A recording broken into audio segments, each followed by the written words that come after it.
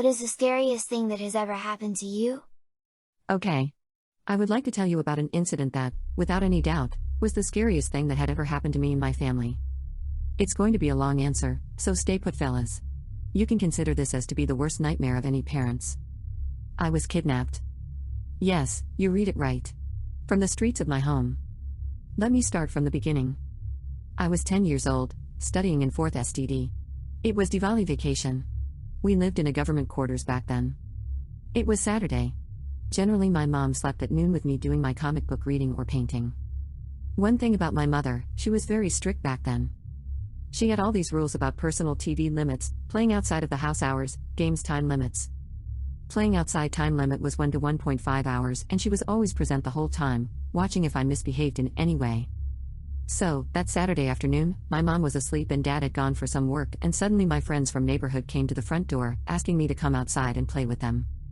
I denied first, but then I couldn't resist the temptation, so I opened the door as slowly as I could without making any noise and sneaked out. We started playing hide and seek. I was hiding behind my house, waiting for someone to find me. And then something happened. Someone came from my behind and everything went dark, blank. He or she did something. I don't know. I don't remember anything after that.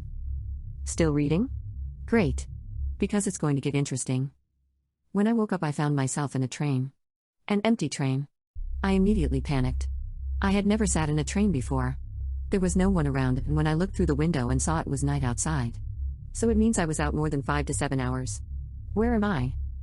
Imagine a 10-year-old struggling to know what's happening to her. Scary, right? Then I found a board named Vadodara Junction. I started to freak out because Vadodara is 4 hours from my home. At that age, I only knew that it was a big city. I started remembering what had happened. I looked through the window again to spot a man, woman, or someone who brought me here. I saw 2 men talking. I was not sure that they were the same. I couldn't tell. I didn't know what to do next. Whenever I recall that situation, me in an empty train, I now knew that that's the moment when something changed inside me, or something grew in my mind, i.e. courage.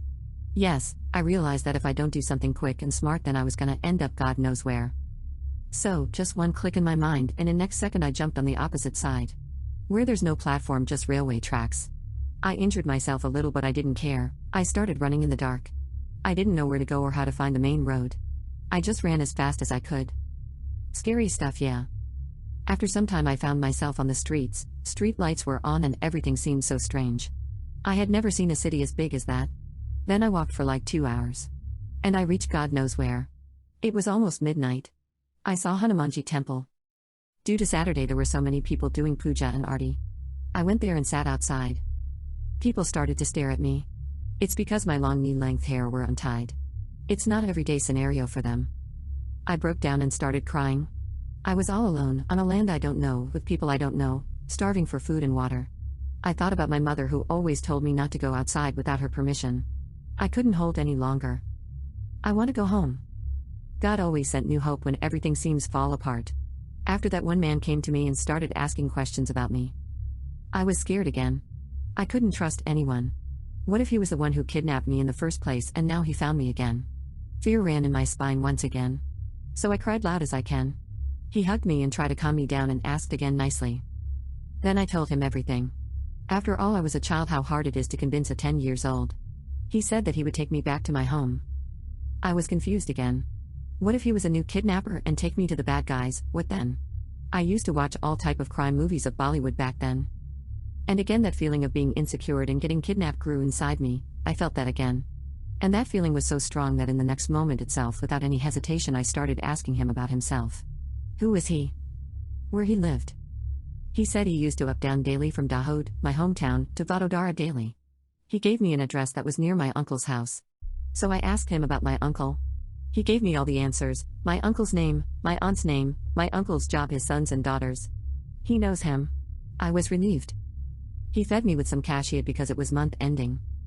After that, he took me to his office where I slept till morning. At 6 a.m. we took the train to Dahod. And at 9 a.m. I was about to reach my home. I met people in the train way back home. He told me how he found me and now he taking me to my parents. Those nice people bought snacks for me. And bless him for doing this. Ah. As I laid my feet on the ground, I saw my father first, with my uncle and with carrying bags. He was about to go in search of me. I shouted Papa from distance and started running towards him. I hugged him tight. We both were crying. That person who rescued me also started crying. My father thanked him by touching his feet. That's father's love. We all went back to home and I saw a huge crowd of people outside our house. I never saw so many people in my life. My mom saw me and hugged me and kissed me all over. I was gone for one night and so much had happened here. Everyone were asking me questions and I was seeing so many happy faces. My parents told me what happened back at home that night. My father went head to toe to fill my missing report, as he didn't know that missing reports can filled anytime, not specific after 24 hours of persons missing. He searched the whole city twice.